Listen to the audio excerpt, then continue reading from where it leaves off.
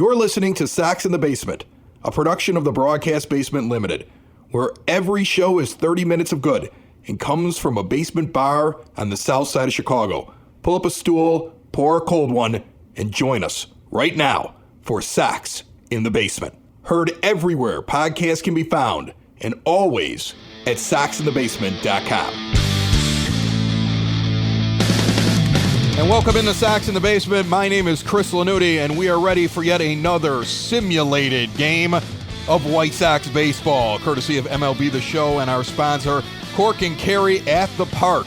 The Chicago White Sox, in Game 1 of the season, saw a win for Jace Fry after a tough start for Lucas Giolito. The White Sox saw Alex Colome get a save after a weird decision to keep Aaron Bummer in to start yet another inning in the ninth. And the White Sox saw Jose Abreu go 3 for 4 with 2 runs, an RBI, and 2 doubles to be the player of the game. White Sox also saw some offense. Top of the order from Tim Anderson was incredible. There was also late fireworks from Yasmani Grandal and Eloy Jimenez to seal the deal. Game 2 against the Royals. Game 2 of the season is next. During this broadcast, we hope to be able to speak with one of the members of Section 108, Yasmani Grandal's home run that took the lead in Game 1, landed in there. That is coming up, and Brooks Boyer as well. Let's head out to the ballpark right now for Game 2 of the season, Game 2 of this 3-game set against the Royals. It is a partly cloudy day on the south side of Chicago. Dallas Keuchel, Danny Duffy take the mound. White Sox Simulated Baseball is next on Sox in the Basement, found everywhere podcasts can be found, and always at soxinthebasement.com. Hey, this is Acoustic Mike from Broadcast Basement, and you're listening to Sox in the Basement with Chris and his buddy Dave. I did the Broadcast Basement with Chris for 10 years, and nobody gave me a show.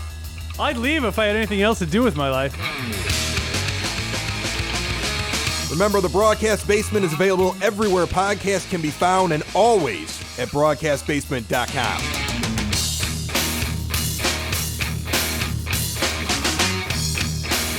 Hello, everybody, and welcome to Guaranteed Rate Field, where the 1-0 Chicago White Sox take on the 0-1 Kansas City Royals. Another beautiful early spring day here on the south side of Chicago. The White Sox had a tense but fun win in Game 1, and now they bring out their new shiny toy in Dallas Keuchel.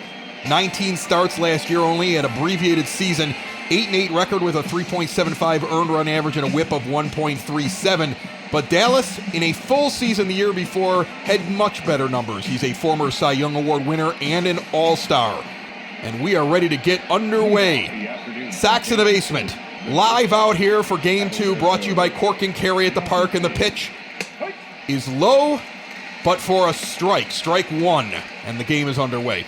Alberto Mondesi steps in there, first pitch at 111 this afternoon, and he swings at a 77-mile-an-hour low changeup for strike 2, and he's quickly 0-2. Keuchel's a Bulldog. Keuchel's a staff leader. Keuchel standing out there wearing number 60 on the back of his uniform and still got to keep that beard. And hopefully that continues all year long as the third offering is fouled off just past the Royals dugout along the first base line. A lot of people out here today. It's a beautiful day at the ballpark. If not for the crazy COVID-19 thing, 48 degrees, by the way, and not a lot of wind out there. If not for that, this would have been the day for Sox in the Basement's live broadcast pre- and post-game at Cork and Kerry at the Park at 33rd and Princeton as Keuchel delivers what should have been strike 3 right on the outside corner. It's now 2-2. Would have been a great live broadcast. We were hoping to have Brooks Boyer out there. Hopefully we'll be able to have him on the phone before this game is over, as that one is swung on and fouled off down the first base line. Cork and Kerry at the Park is still open, though, and while you're sitting here listening to this simulated White Sox game, you can give them a call. Actually, just go to Grubhub. Grubhub's the best way to go. Go Grubhub. Get your Cork and Kerry at the Park. The award-winning hamburgers is another offering is fouled off. And Keuchel gets ready for pitch number 9. A very long first at bat here as he gets into the windup and the pitch. That one is outside for ball 3. 3-2 with Alex Gordon on deck. Even if he gets him here, 10 pitches for the first batter is not how Dallas Keuchel wanted this thing to start off.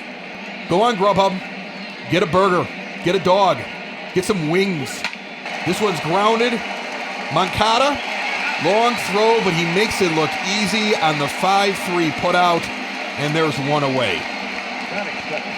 They've got appetizers there, too. You know, they've got great fries. I always say that Cork and Kerry at the Park is the one thing that's down around the ballpark that can compete with the ballpark food. Ballpark food at Guaranteed Rate Field is incredible. I think we all know that. But Cork and Kerry at the Park has that it thing where you feel like they could serve it right there in one of the really nice sections at the rate, and it wouldn't be out of place at all.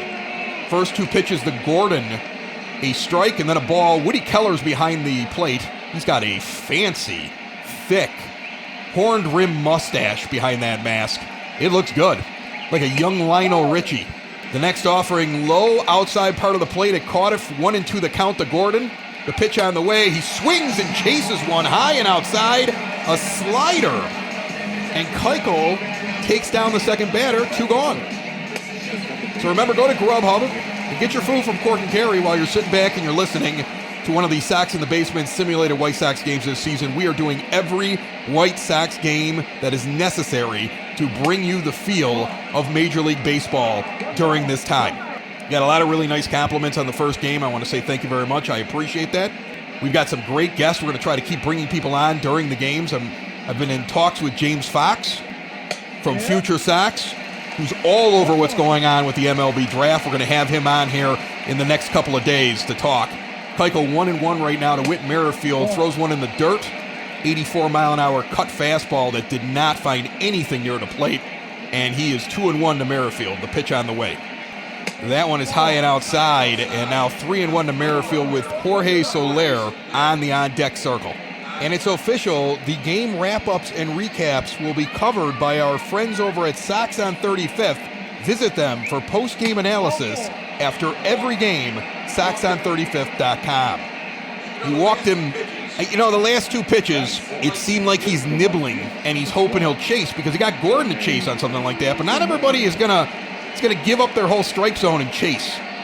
And I think Dallas saw Alex Gordon. He's like, I can do this to everybody. He can't do it to everybody. As Jorge Soler stands in there with 2 outs and a man on first base right now. Soler with a couple of hits already on this season. He had a 2-run bomb on opening day that tied it all up at 4-4. Made White Sox fans think this was going to be a bad opening day instead of a good one, but in the end, the Sox came back. Ground ball, TA feels it, scoops it, tosses it to Leury Garcia covering second for the force, and they're out of the inning. So after 1, no runs on no hits with no errors, we go to the bottom of the first with nothing happening yet. Anderson, Moncada, and Abreu next. Danny Duffy takes the mound here for the Kansas City Royals. 23 starts last year with a record of 7-6. He had a 1.31 whip, which is respectable, over 130-plus innings. An ERA, though, of 4.34 last year. He does strike out almost 2.5 guys to every batter that he walks as Tim Anderson steps in. Remember, he was the batting champion last year, hitting .335, and he had 2 hits right away to start off opening day. And then 2 deep ones. Tracked down at the warning track, or he would have been 4 for 4. But 2 for 4, a really good game. Against Duffy over his career, 11 for 32. So Danny Duffy doesn't like seeing Tim Anderson up there, as the Tim Anderson, the leadoff spot experiment continues for Ricky Renteria. Again, no wind out in the outfield. Yesterday, it was blowing out as Anderson puts this one out to the right field gap, but it wasn't really a gap. It just made the right fielder move a little bit towards center field, and he's easily put away, and that is 1 gone. Yoan Moncada on the snide so far for the season. Hit .315 last year and is still my pick for MVP. If he can put it together and have a season like he did last year and build on it a little bit, as the first offering from Duffy is just outside for ball 1. Moncada, 3 for 17 with a .176 batting average and 6 strikeouts for his career against Danny Duffy. Duffy hoping to make quick work of Yoan, just like he made quick work of TA. He can keep that pitch count down. He can give his bullpen a little bit of a break. As a line shot scooped out of the air at first base, Moncada took 3 steps and he was already on his way back to the dugout, and it's 2 out with the hero, at least in terms of the box score of yesterday's game, Jose Abreu standing in there. 3 for 4 yesterday. 2 doubles. And he really was the straw that stirred the drink. He has over 1,000 hits over 6 seasons, Jose Abreu. And here's a guy that these players call a father figure almost, without saying it. They love him. I think Abreu staying around and getting that extension is the reason why you have guys like Yoan Moncada with the extension, is the reason why you have Luis Robert signing a deal before he ever gets up to the plate, even though everybody thinks he's going to be a monster, because they want to play with this guy. As Eloy Jimenez stands out there with the big stick, hoping that a 3-0 Abreu can reach base and give him a chance at his second home run of the season. That one is low, and he does not get the strike zone and walks Abreu on 4 straight pitches. And if I'm the Royals after seeing him on opening day, I'm avoiding Jose. And I don't know if Danny Duffy's trying to avoid him, but he certainly did. If he was trying to or if he wasn't trying to. But here's the man right here, Eloy Jimenez. He had a 2-run bomb late on opening day that really gave the Sox an insurmountable lead, even though they almost screwed it up in the 9th inning. And the first pitch is high, and Duffy has not found the strike zone in 5 straight pitches. Abreu with a nice lead for a guy that doesn't run very well, as Jimenez gets a hold of this one and hits it into the gap. This is to the wall. It's back. It's gone! Eloy Jimenez, 2 games in the 2020 season, 2 2-run home runs. This one goes right into the left center field gap, only 395 feet. Got out of here at 110 miles per hour. He is met at the plate by Jose Abreu, and this White Sox crowd is feeling it early. He got a hold of that one. He puts it right over the part of the wall where it says the catch, where Dwayne Wise made that incredible play that's been replayed over and over again on White Sox Twitter over the last couple of days. Yasmani Grandal steps in, and he's got a hyped-up crowd that's still standing around here early on. White Sox fans enjoying this White Sox tradition, it seems, early in the season of scoring a bunch of runs in the first inning. They did it. They scored 4 runs in the first on opening day, and they got 2 right now, with Grandal, who hit a home run off the right field foul pole into Section 108.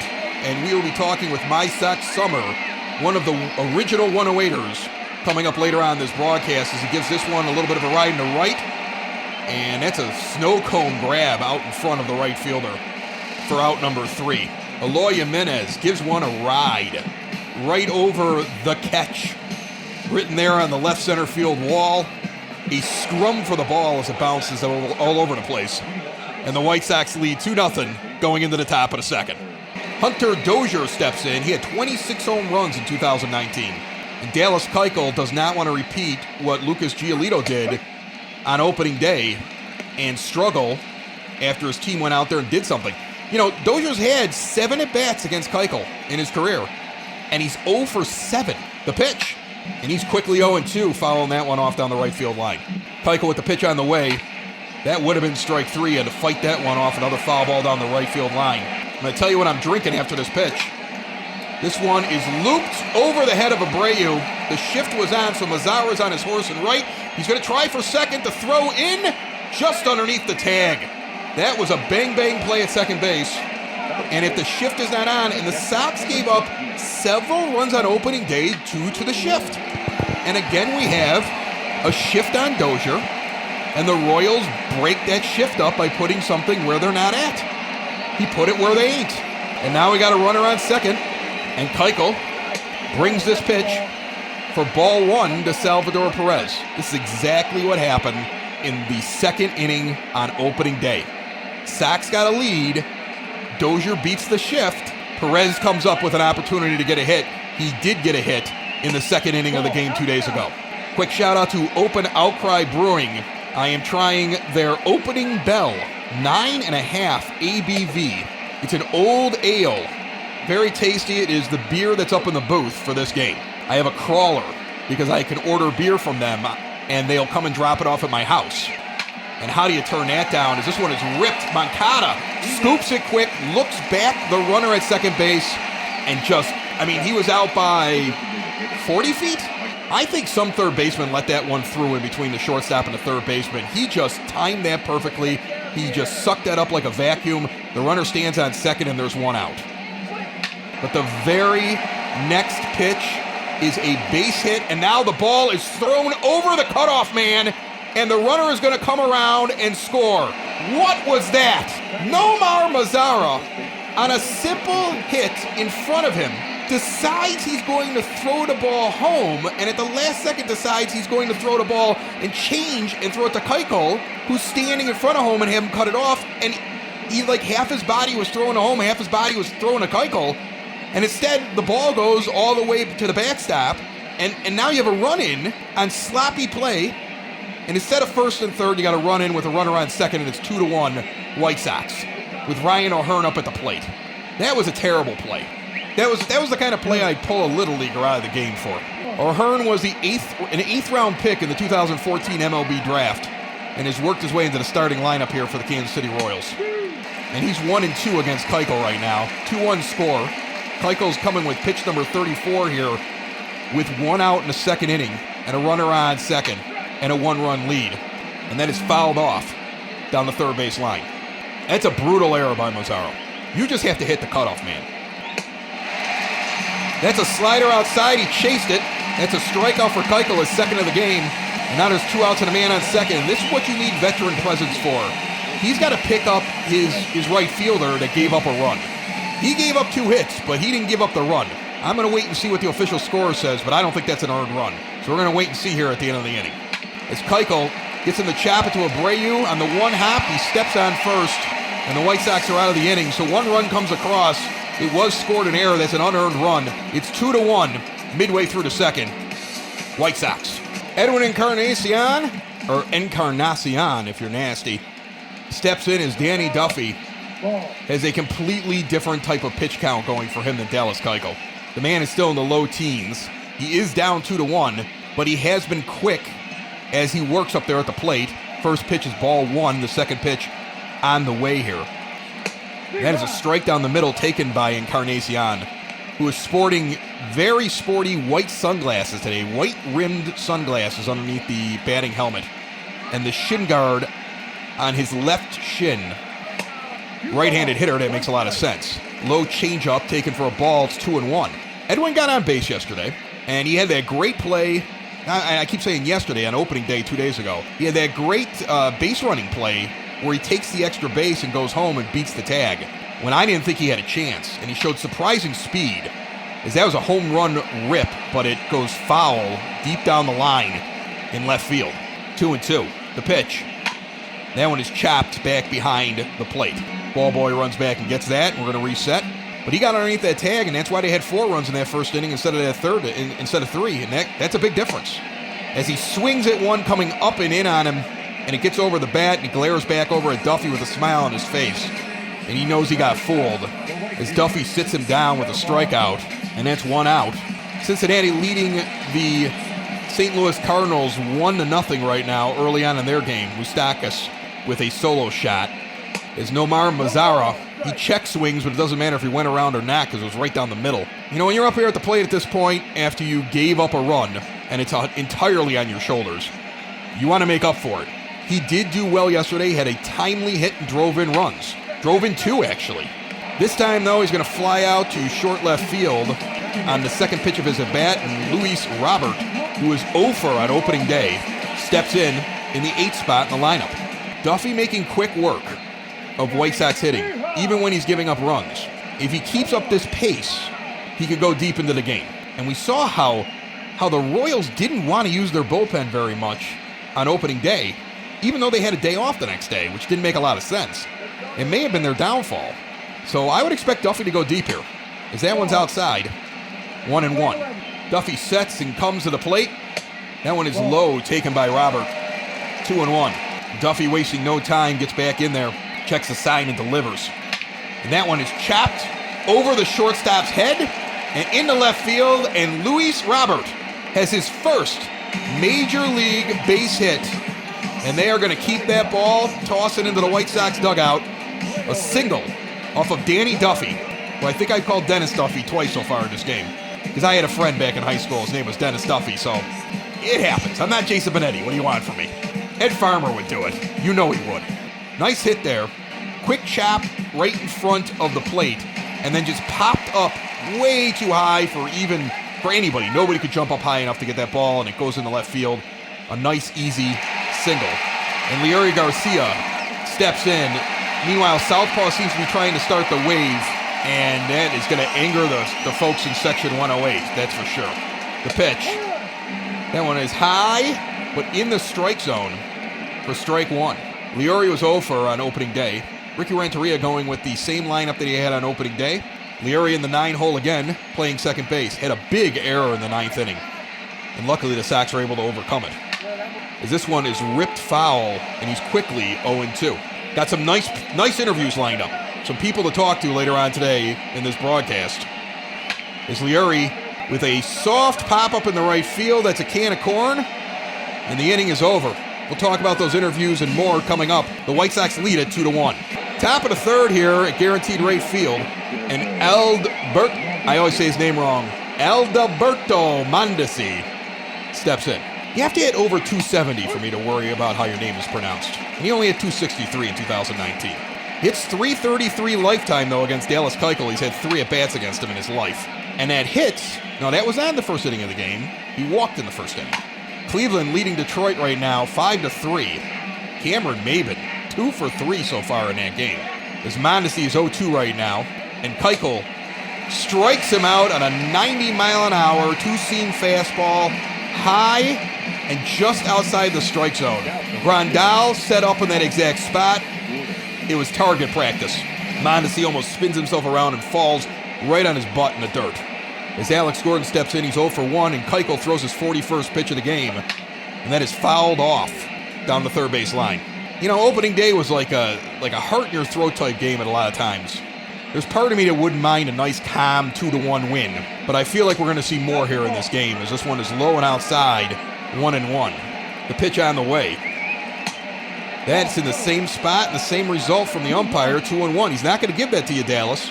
You're going to have to pick another spot. The pitch. That one is outside, but was in the strike zone. It's fouled off, hits the tarp, takes a weird bounce. But they're back to the mound in the pitch. And that one is fouled off as well. Dallas is working guys, but they're working him back. And this is the second White Sox pitcher to have a lot of pitches early on in the game. Ricky Renteria is going to have to use that bullpen a lot. Meanwhile, this is a soft fly. Robert in center field barely has to move, and that's out number 1. Whit Merrifield comes up. He walked in the first inning. And Dallas Keuchel would like to sit him down with 2 outs and get out of this inning. He's 6 for 12, hitting .500 lifetime against Keuchel. And he popped this up. Moncada running back behind the third base side, and he catches it right next to the umpire in the grass to end the inning. Anderson, Moncada, Abreu. Kick off the bottom of the third next from the rate. TA steps in. I want to welcome one of our newest sponsors, Family Waterproofing Solutions. You're going to hear from them coming up very soon. Veteran-owned and female-owned business on the south side in Evergreen Park, Illinois. And they have signed on with Sox in the Basement for the remainder of 2020. And they're doing this while they're closed down right now because of the current situation. And the owner, Ken, and his wife, Maria, as Anderson flies this one out to left field, and it is caught for out number 1. The owner, Ken, and his wife, paying the entire staff to stay home with full health benefits and guaranteeing their jobs for them. But they are taking estimates right now, and they will video conference with you so they can take a look at what's going on in your basement, any kind of issues you might be having, from sump pump to needing like a new cover for your window well. They do it all. You'll hear a little bit more about them coming up here. Yohan Moncada steps in 0 for 1 in the game. Danny Duffy throws pitch number 32 here as the Sox lead 2-1 with 1 out in the bottom of the third, and it's on the way. And that is low in the dirt, an 82-mile-an-hour changeup. And Moncada has got a 1-1 count, and he's 0 for 5 so far on the season. And this is an inauspicious start for a guy that started, in my opinion, it felt like he started red hot. I don't know what he did in his first few games. I'd have to look that up. As this one is low and inside, he's 2-1. I think if Yohan relies on that eye, if he takes walks when they're given to him, because he struck out twice swinging at pitches that were junk. As this one is looped over the second baseman's head, he's on his horse, and Merrifield tracks that down. Nothing you could do there. Nothing you could do there. And Moncada is out number 2. Jose Abreu comes up, a walk in the first. Abreu's 3 for 4 with a walk on the season with 2 doubles. And he scored in the first inning when Eloy Jimenez hit a rocket out of here. It was a line drive that just never came down. Abreu now 0 for 1 as the pitch is on the way from Duffy. That is chopped foul down the first baseline. Gave the ball boy some trouble down there, but he eventually wrangled it, and Duffy resets. With an 0-2 count to Abreu, the pitch on the way. That one's in the dirt, blocked, bounced in. 1 ball, 2 strikes. I feel like Abreu's getting off hot because he's got a new contract. He just looks so good right now up at the plate. Looks like he's ready. Except right there, he got fooled on a... I don't know what that was. That was a wicked googly. Some kind of circle change. He swung on the complete opposite side of the plate from where that ball went. He was fooled completely and goes down. End of 3, 2-1 Sox. Royals on the way up. Foundation issues not properly handled can be costly. Family Waterproofing Solutions is owned by Ken, a veteran of the United States Marines, and his wife Maria, making them a veteran-owned business and a female-owned business that will diagnose and repair wet or leaky basements. During the current health crisis, Ken and Maria decided to pay each and every one of their workers, secure their jobs, and continue to give them health care from home. And while they're not currently going out and doing jobs, they will still give you an estimate and jump on and do a video consultation right now. Plus, part of the proceeds for every job that they do are donated to veteran and first responder organizations who support our frontline defenders. And currently, Sox in the Basement listeners have access to special pricing when they contact Family Waterproofing Solutions now, 708-330-4466, or visit them today at FamilyBasementWaterproofing.com. And remember, Sox in the Basement has partnered up with the blog Sox on 35th, and they will be helping us with our simulated season by doing post-game and analysis and writing up the articles afterwards. So after you listen, go check out SoxOn35th.com for their analysis of White Sox simulated baseball on SoxInTheBasement.com. And as the top of the 4th comes around, Jorge Soler, 0 for 1, comes up against Dallas Keuchel, with the Royals trailing 2-1. Keuchel starts off the 4th inning with 48 pitches already thrown. But he has looked fairly sharp. And he's like an Iron Man out there. He's the kind of guy that can give you 100 pitches without a problem. There's a shift right now with Garcia on the left side, if you're standing in the batter's box, left side of second base. Not that far over, but he's definitely over on the other side. Abreu's playing that entire side. That is a strike. 0-2 very quickly to Soler, but Soler beat the shift last time. He beat it yesterday. This time he goes down on 3 pitches on a low inside cut fastball, and Keuchel wasting no time getting his 4th strikeout of the game. That was nasty. Twisted his ankles on that one. Hunter Dozier steps in 1 for 1 as Keuchel spins and delivers with a strike on the outer portion of the plate. Dozier had, they call him? Yeah, he had the double. I don't believe the error was on him, so he got a double and he was the run scored. That's correct. The guy who followed him up had a single with an error. That was brutal. Nomar Mazara better hope that this lead is not given up as Dozier gives this one a ride, but foul down the third base line. 1-2 the count, the delivery, high. 2-2 the count. And the pitch. And that is swung on, and that is the second guy he has taken out in a row on a 2-strike, low inside cut fastball that was not in the zone. It would have gone for a ball, but it was chased by the last 2 guys, and Sal Perez comes up. Perez 0 for 1. Signed out of Venezuela a long time ago and missed the entire 2019 season with an injury. And he fouls that one off, and he's 1-1. Dallas Keuchel seems to have looked up at his pitch count and said, I have to work quick and I have to throw less pitches this inning. And so far, so good. That one, though, misses, and he's 2-1. I think he thought he had that one. He thought he had his batter 1-2, and he was going to go for the knockout punch. The pitch. That is chopped. Great play by Abreu. Abreu moves to his second base side and backhands it, flips it underhand to Keuchel, cutting to first base. And they're out of the inning. Jimenez, Grandal, Encarnacion, and a guest coming up in the bottom of the 4th. Sox lead 2-1. Eloy Jimenez comes to the plate. He's got 2 bombs on the season.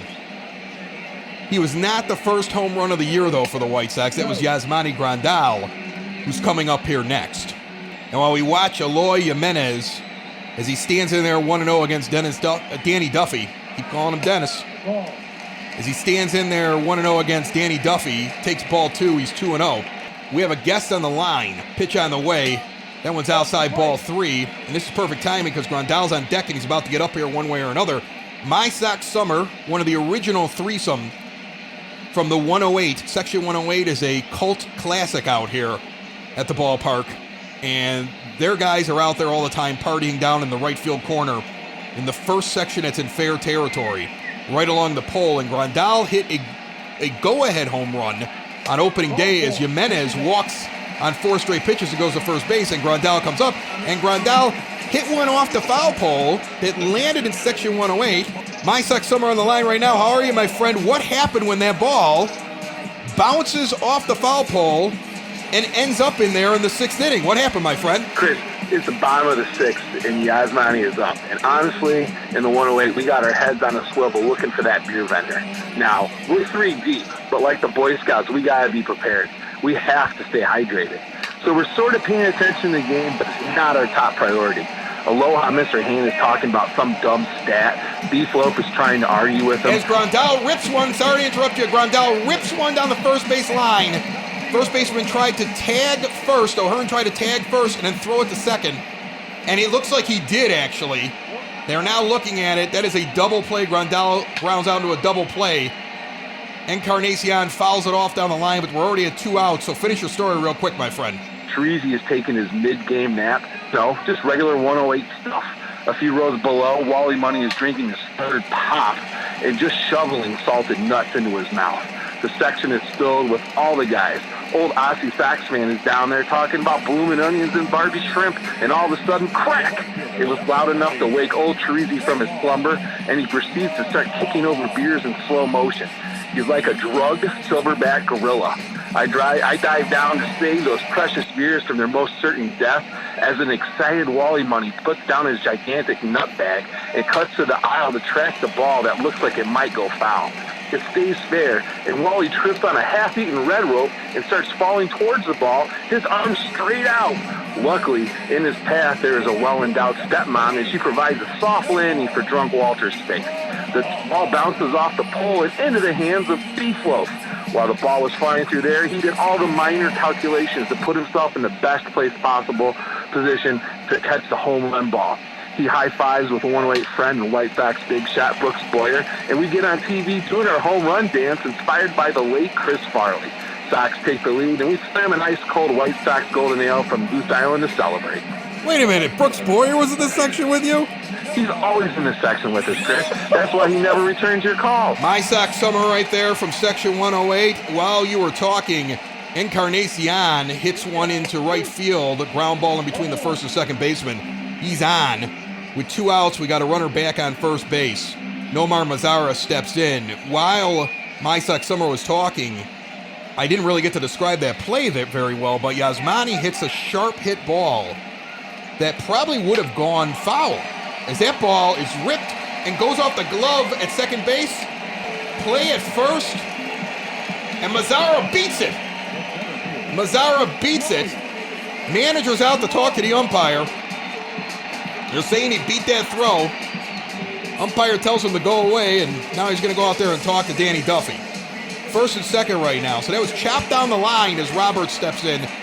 And it would have gone foul, but it was cut off by O'Hearn, who threw it to second base, but his foot hit the bag as he was turning and throwing. It didn't look like he had actually touched first base, but it was ruled that he did, and the runner was out on the tag at second base, so it turned into a 1-6 double play by Grandal.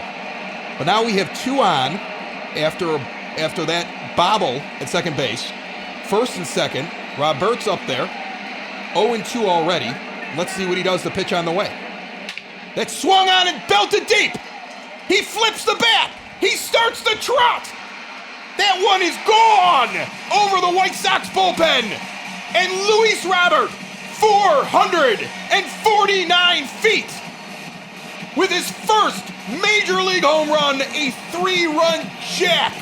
And Danny Duffy's in trouble as the White Sox lead it 5-1. Oh! This inning looked like it was a missed opportunity with that strange double play, and then Robert hits a poster shot.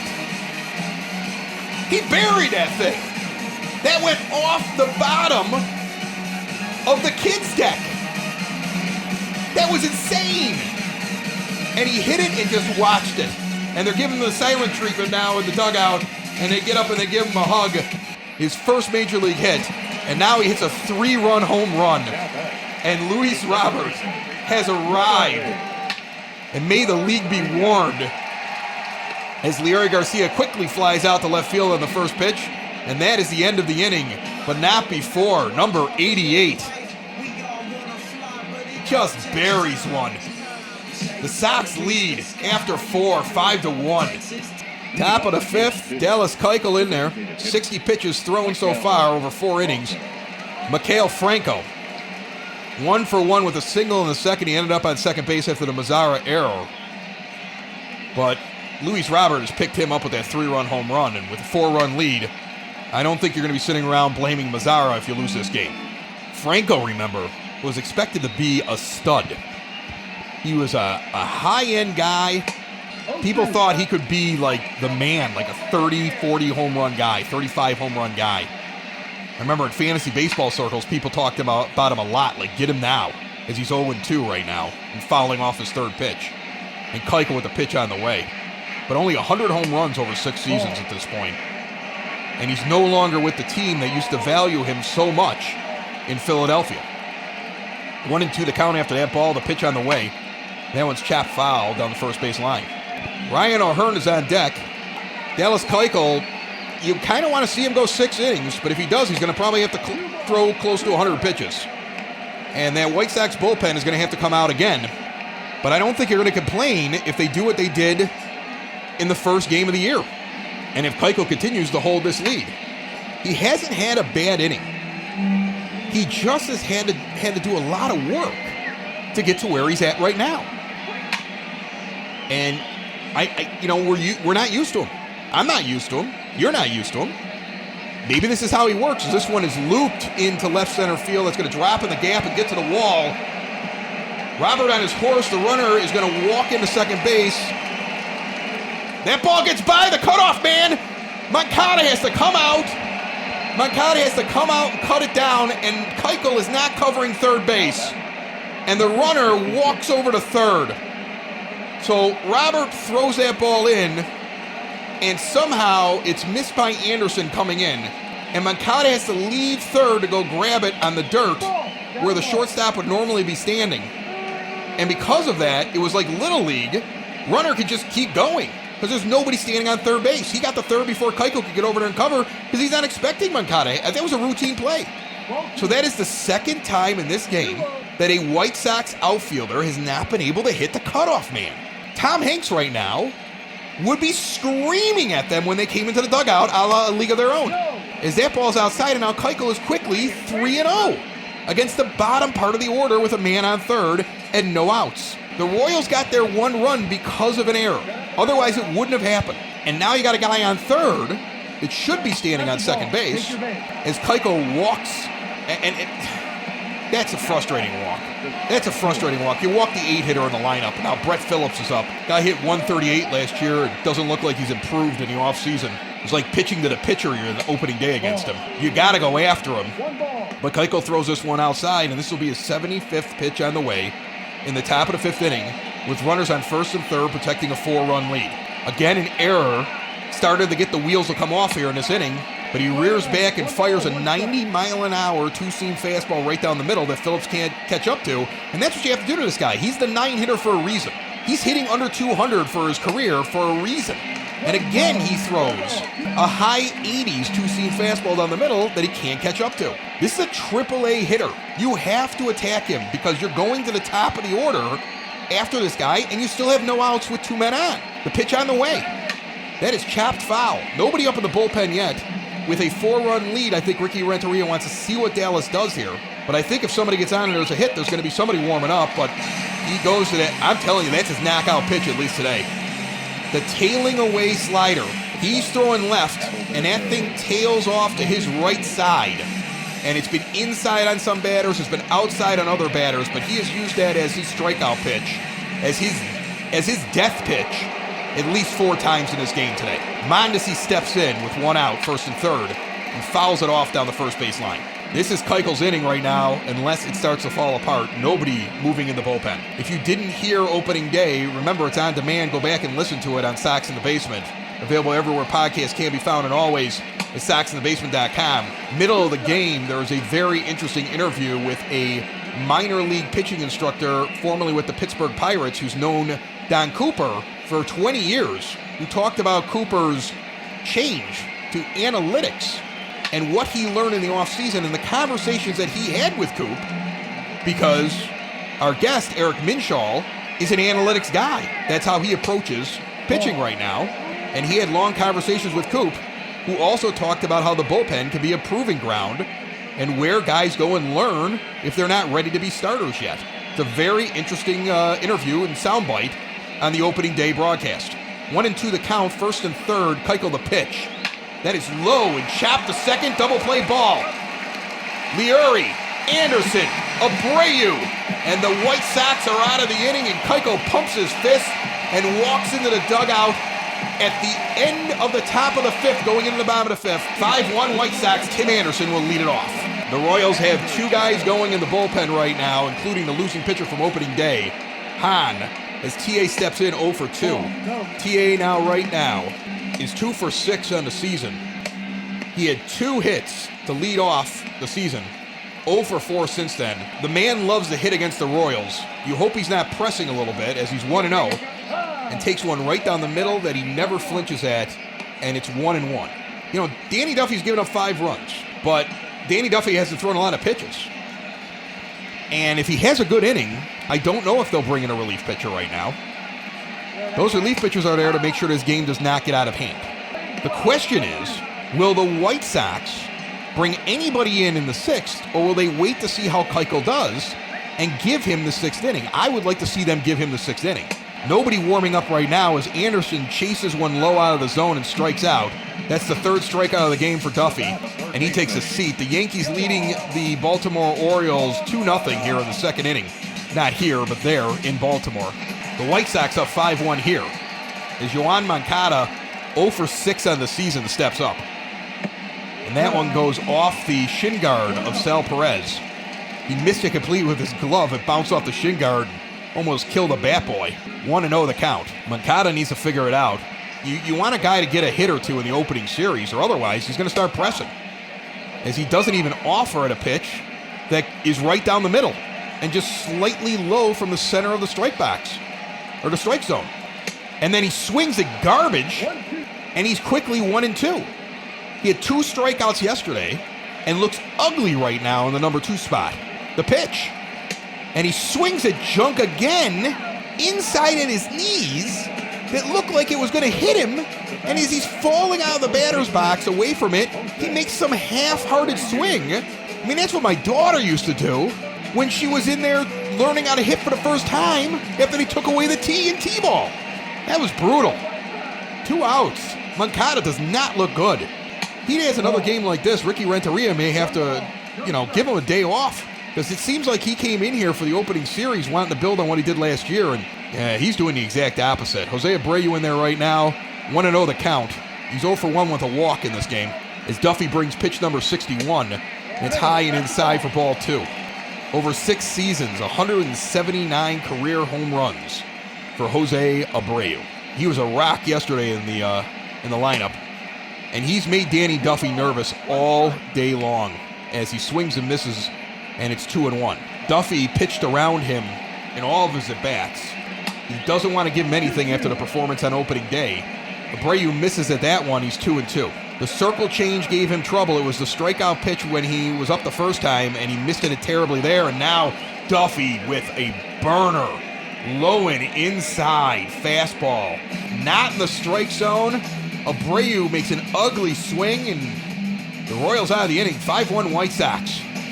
End of the fifth. You're listening to a White Sox simulated game, game 2 of 162.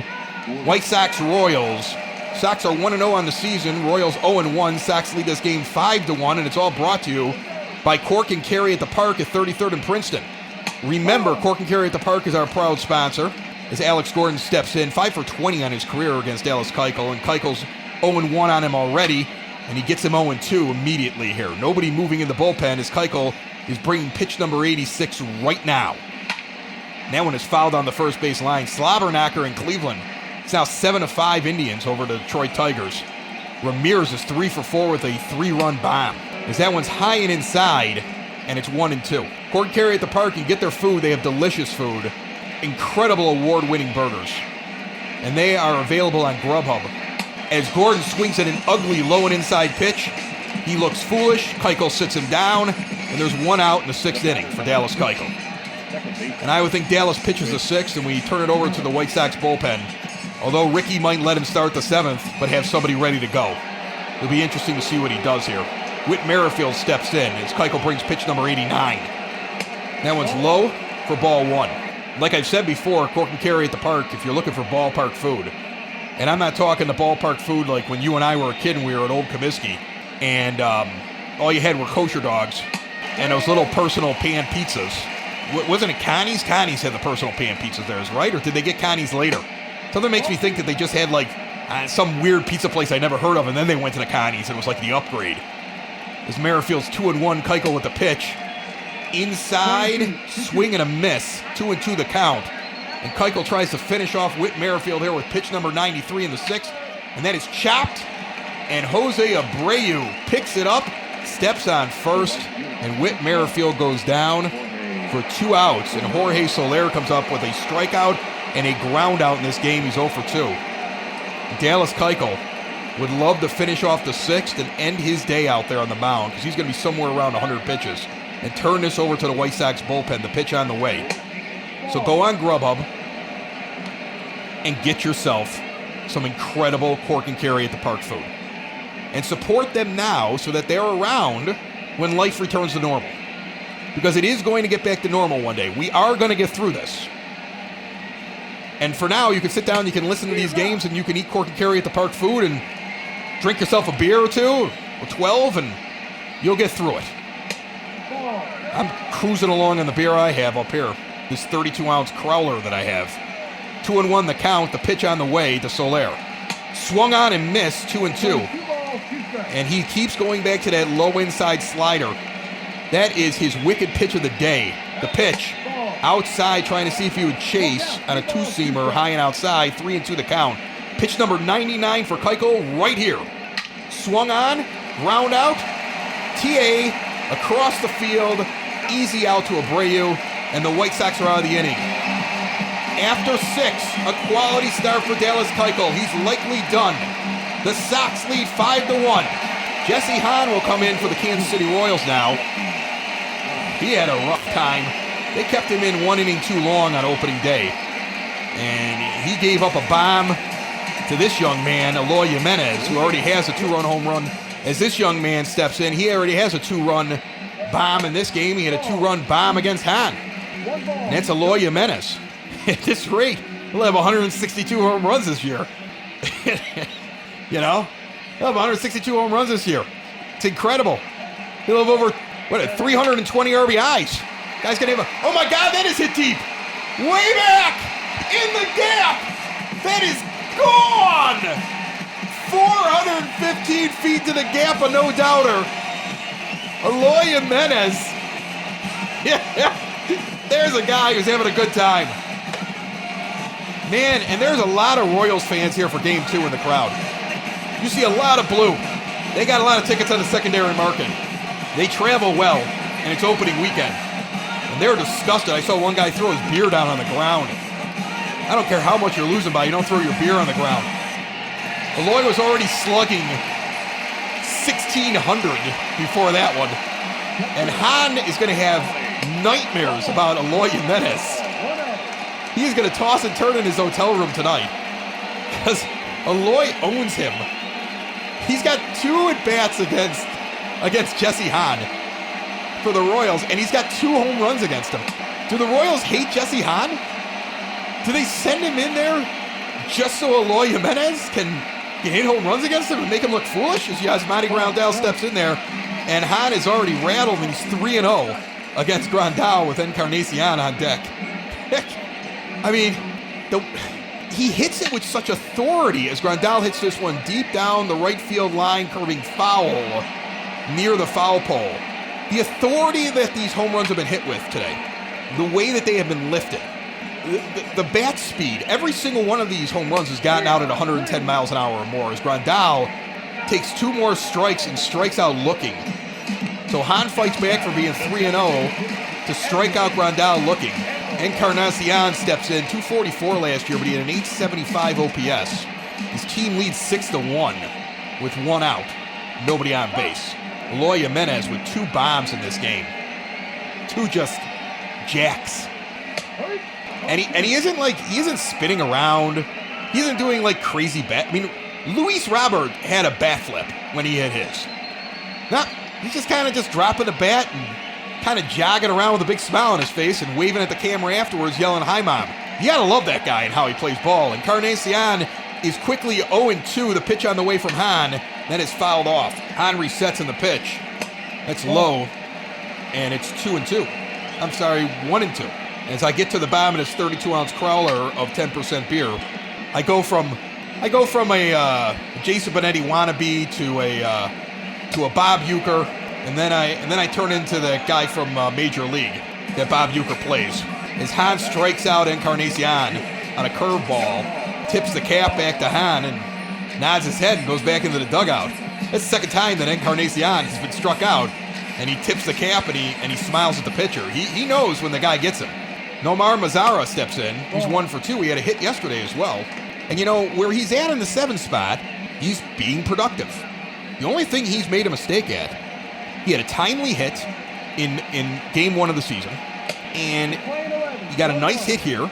The White Sox think that they've got something with him, that young, untapped talent is going to be discovered here with Frank Mentino, who thinks that he can do something with him.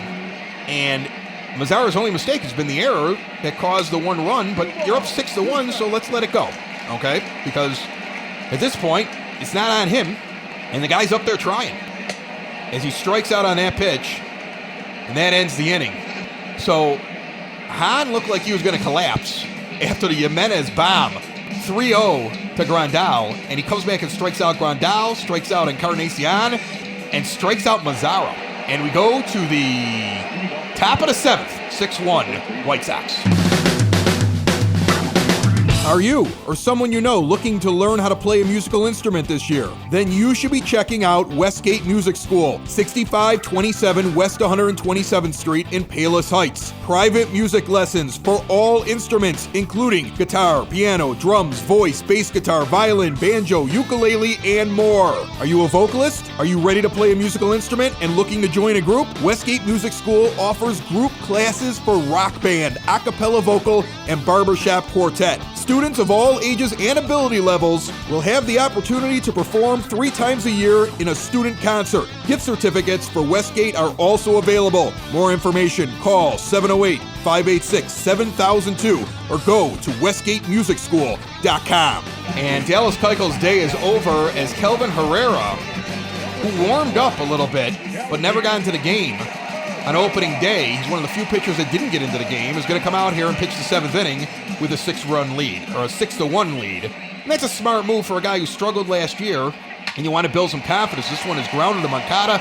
Quick scoop, quick throw, 1 pitch, 1 out, as Abreu tosses it around the infield.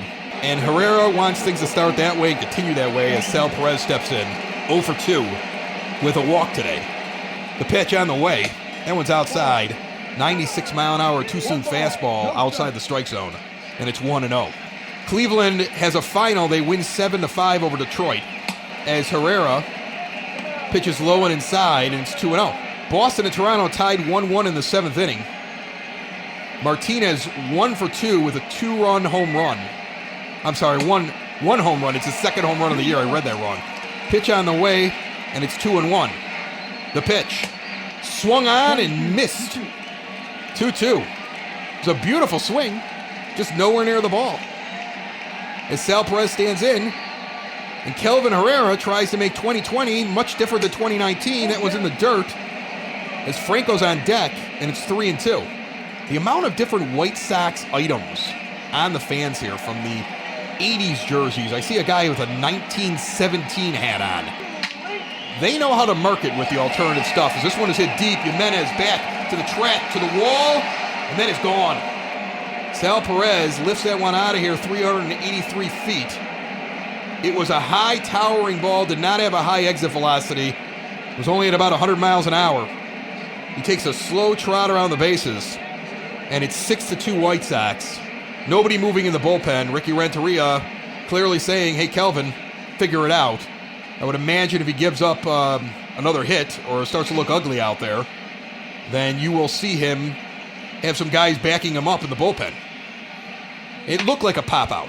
I mean, Jimenez drifts the entire time. He never breaks into a trot. He just keeps drifting with his glove out, and all of a sudden he bumps into the wall and goes, oh my goodness, I'm out of room. As Franco steps in, and the first pitch is high for ball one. Sox bullpen looked great in several innings on opening day, but had a really crazy ninth inning that almost blew a 3-run lead. Bases loaded when the final out is recorded, and you win 7-6 when you enter the inning up 7-4. So there's a lot of talent, because we saw Jimmy Cordero come in and strike out the side and then strike out the first guy of the next inning. And you saw some great pitching all around from some of these pitchers, but there were some kinks in their game, some chinks in the armor, if you will. As Herrera has Franco on a 2-1 count and the pitch on the way. And that one grounded. Anderson takes it on the hop, turns, throws, and that's 2 gone. And Ryan O'Hearn comes up. This guy's walked a few times today, so he's only 0 for 1 officially. Herrera trying to get out with only 1 run in the home run and damage. He is really nibbling at the plate, and that's something that Don Cooper hates. He does not like guys that don't throw strikes. And I'm sure he's been told all offseason and in spring training, attack the plate. And here he is, and he attacked the plate on the first batter. He attacked the plate with Sal Perez. As O'Hearn swings and misses, and it's 2-1. But after the home run now, he's nibbling. He isn't throwing anything except on the corners, inside corner, outside corner, and he's missing a lot. And he's getting himself backed up in counts. This one is popped up short. Robert on his horse pulls up, and he will make an easy catch. And that is out number 3. The White Sox give up a run but still lead 6-2. Going into the bottom of the 7th as fans get on their feet for the 7th inning stretch. You are listening to White Sox Simulated Baseball on Sox in the Basement. Remember, Sox in the Basement is the podcast for fans by fans and all Chicago White Sox, 30 minutes each and every week, expanding now to a second show on weekends. But during the current situation in the world, doing simulated White Sox games and interviewing our guests during the games. And we may have a show or two mixed in there that don't have anything to do with the game, as Luis Robert steps in, 2 for 2 with his first major league hit, and then followed it up with a bomb that still hasn't landed. 2 righties up in the Royals bullpen, McCarthy and Stomont. But Hans started this inning. He looked good after he gave up the home run to Jimenez, struck out the next 3 guys. Aaron Bummer, the only guy warming up in the White Sox bullpen for the 8th. Ricky Renteria is not messing around. It's early in the season. These guys are rested. He's going to let Bummer come out, likely, and then have Colome come out. Maybe he won't. Maybe he'll have Colome warm up and he'll try somebody else out there with a big lead. We'll see what he does. This one's popped up next to the pitcher. First baseman O'Hearn waves him off and makes the play. And Robert is out, and there is 1 out. That pitch was high, outer portion of the plate, 2-seam fastball, 94 miles an hour.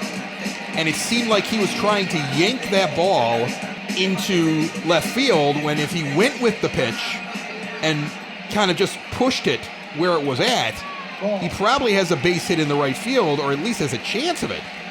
But he pops up because he's trying to get his hips around and duplicate the home run that he had the last time he was up. 1-1 on Leury Garcia, another guy that's 0 for the season. The difference between him and Moncada is Moncada bats second and Leury bats ninth. As that one is ripped on the first base line. These two are like, those two guys are like in competition to see who gets replaced by Danny Mendick for a start. Because both of them have had an inauspicious start to the 2020 season. But it's early, it's only game 2, and the game isn't even over yet. The pitch on the way, and we'll reset 2-2 the count, as that one is fouled off. Hahn with his 29th pitch out of the bullpen. Curveball inside, fouled off down the first base line. The Royals seem to insist on pitching Jesse Hahn for multiple pitches. It did not work out for them last time they did this. And Leury Garcia gets a dribbler up the middle in between the second baseman and the shortstop right over the bag for his first hit of the season. It almost took out Hahn's legs. That's just I'm trying to make contact, and this pitcher's been out here way too long. As TA steps in, 0 for 3 on this game. 0 for 5 his last 5 at-bats after 2 hits to kick off the season. And that one is low and inside for ball 1 with Leury taking a good lead over at first base. You can take chances, I think, when you have a 6-2 lead, but you don't want to do anything stupid. Leury's got good base running, but his stealing metrics indicate that he's not a sure thing by any stretch of the imagination trying to go from first to second right now.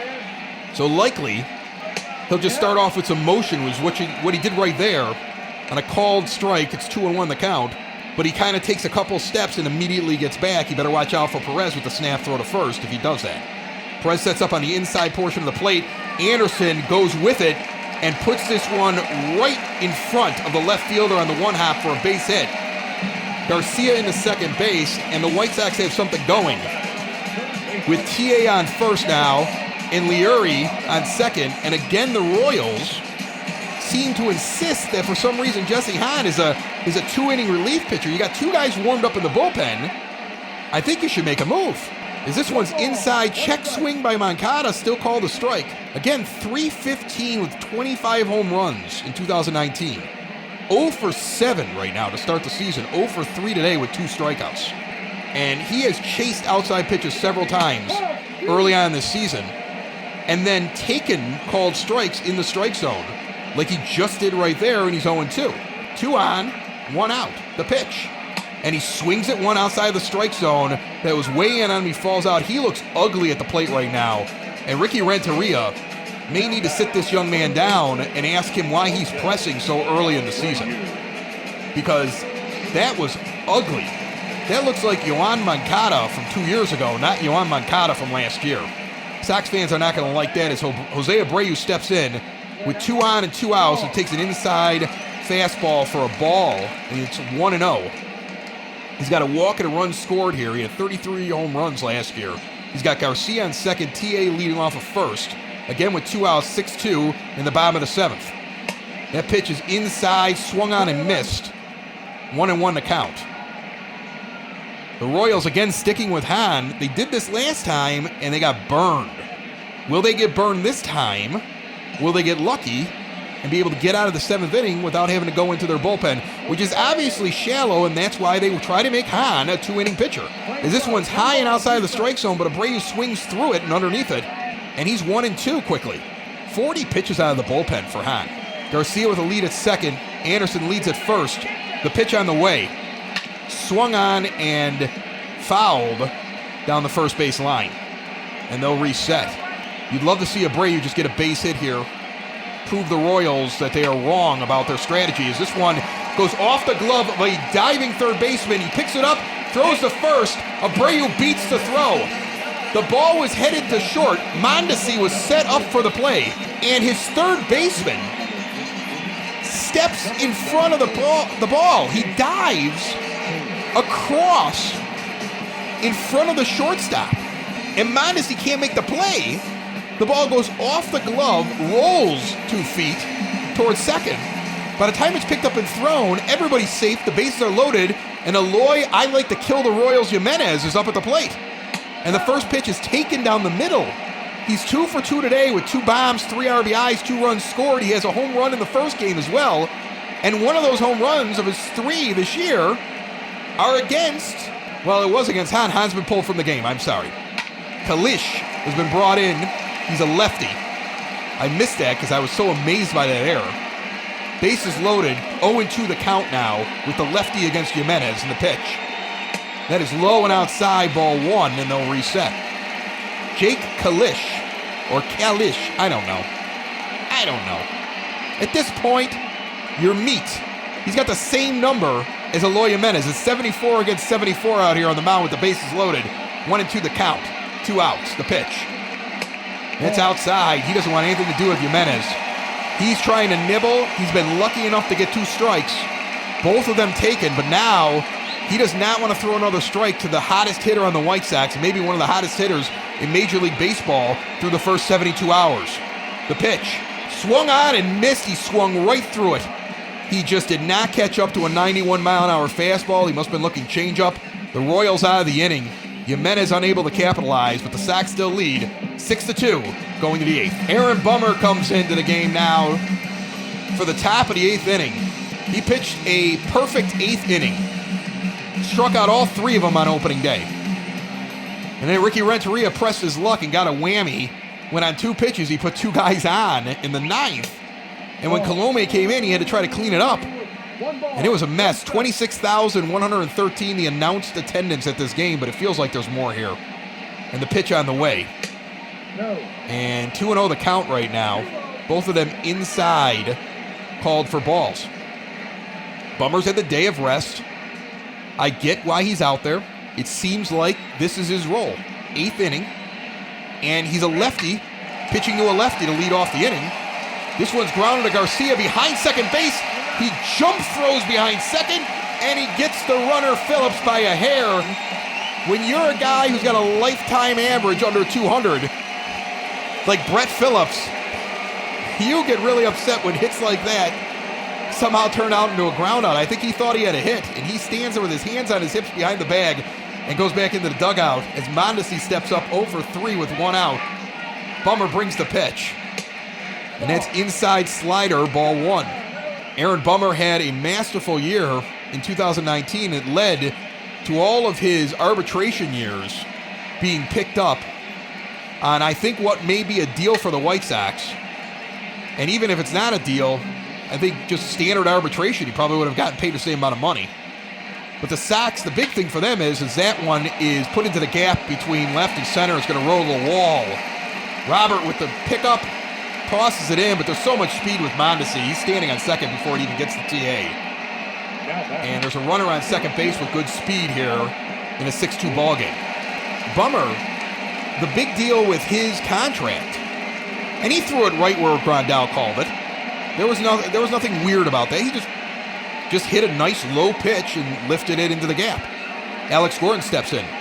The big thing about Bummer's deal are those 2 option years, because those would have been the first 2 years of free agency that he would have had.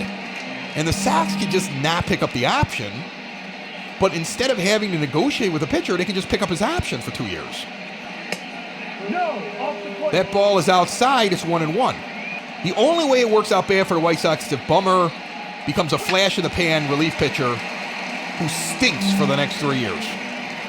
He doesn't seem to be that guy with his ground ball rate, the fact that he's a lefty, and the fact that he seems to kind of bear down in big situations. He's 2-2 right now to Alex Gordon, with Mondesi dancing on second, but you can't pay attention to him, because even if he scores, the Royals are still down by 3 runs. The pitch. Inside. Swung on and missed. Ugly swing. And Aaron Bummer sits down Alex Gordon. And that's 2 outs. And that's why he was in here. The leadoff hitter of the inning and the number 3 guy were both lefties. And with the new rule, he's got to face 3 batters, but 2 of them are lefties. And he handles them well.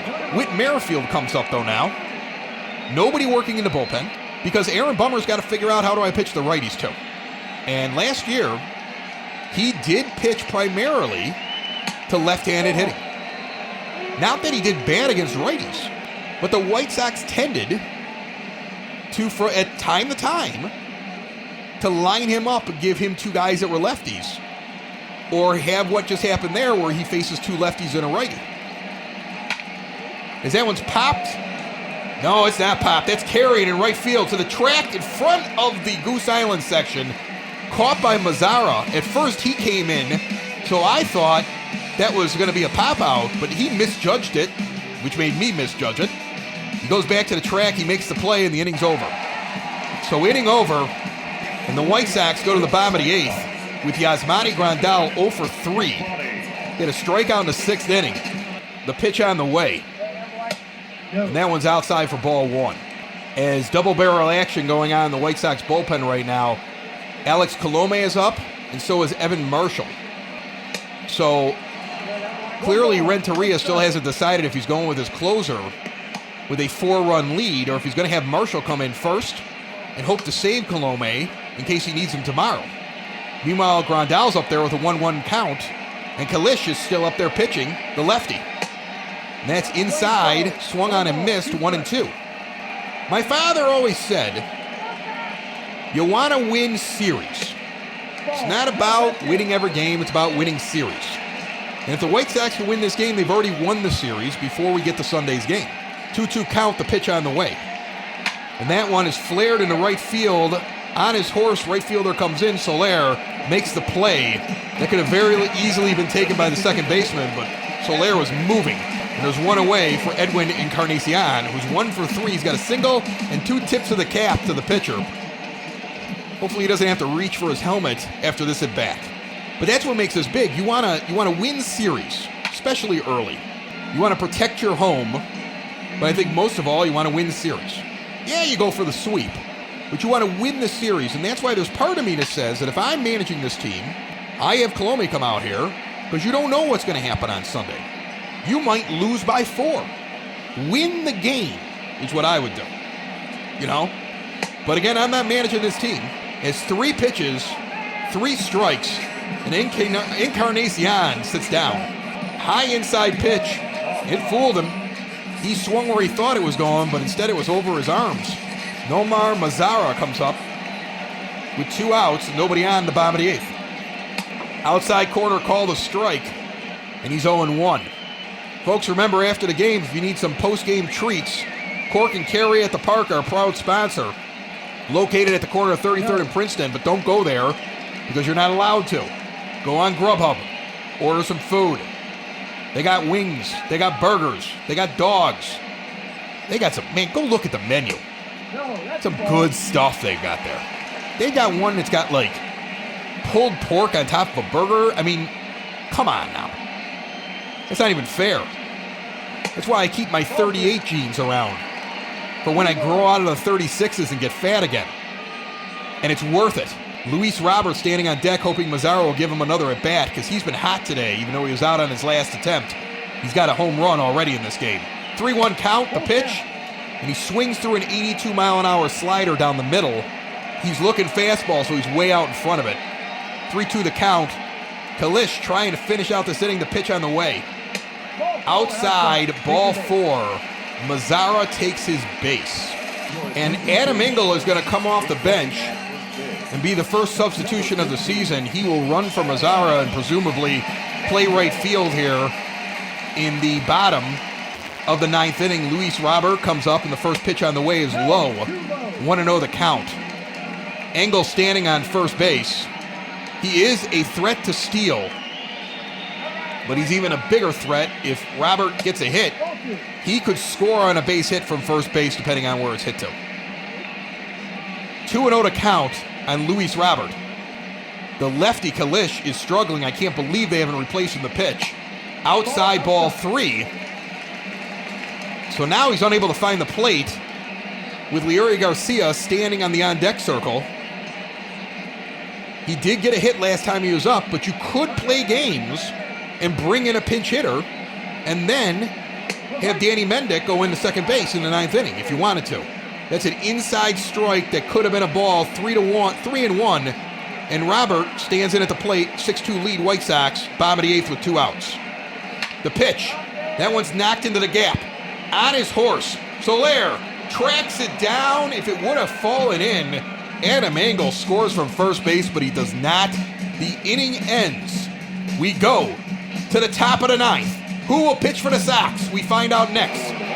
Evan Marshall will come out here in the 9th inning with a 4-run lead, but Alex Colome remains tossing in the bullpen just in case. The White Sox going to see if they can save their closer as Marshall throws one low and inside. This will be the second time that Colome did not start the ninth inning as the closer for the White Sox. I feel like an opening day is because Bummer was cruising and you had used so much of the bullpen. But here, it's more of we're already preparing for Sunday, and there's a lot of me that would like to see Colome out there, even though it's not a safe situation. That's a strike, 2-1 the count. But with a 4-run lead, Marshall's going to get a chance out there. It'll be interesting to see what he does against Soler, who's 0 for 3, as that one is fouled down the first base line. It's 2-2 the count. I think if Soler reaches base, Colome's got to come in. Because that's low and inside, it's 3-2. And if Evan Marshall walks him, just bring in Colome and don't let this thing go any further. And he walked him. He walked him. I get the idea of trying to preserve your bullpen. And you have a 4-run lead. And sure, if Hunter Dozier hits a 2-run home run here, you still have a 2-run lead. And Evan Marshall is going to pitch to him. But I am surprised about this decision as this was inside ball 1, and the fans are getting restless here in the top of the ninth inning with a runner on first and a 6-2 lead for the White Sox. As this one's ripped down the third base line. Foul. 1-1 the count. It was well out of play. It wasn't close to being a hit, but it was ripped as that one is outside, and he's nibbling at the plate much like Kelvin Herrera did.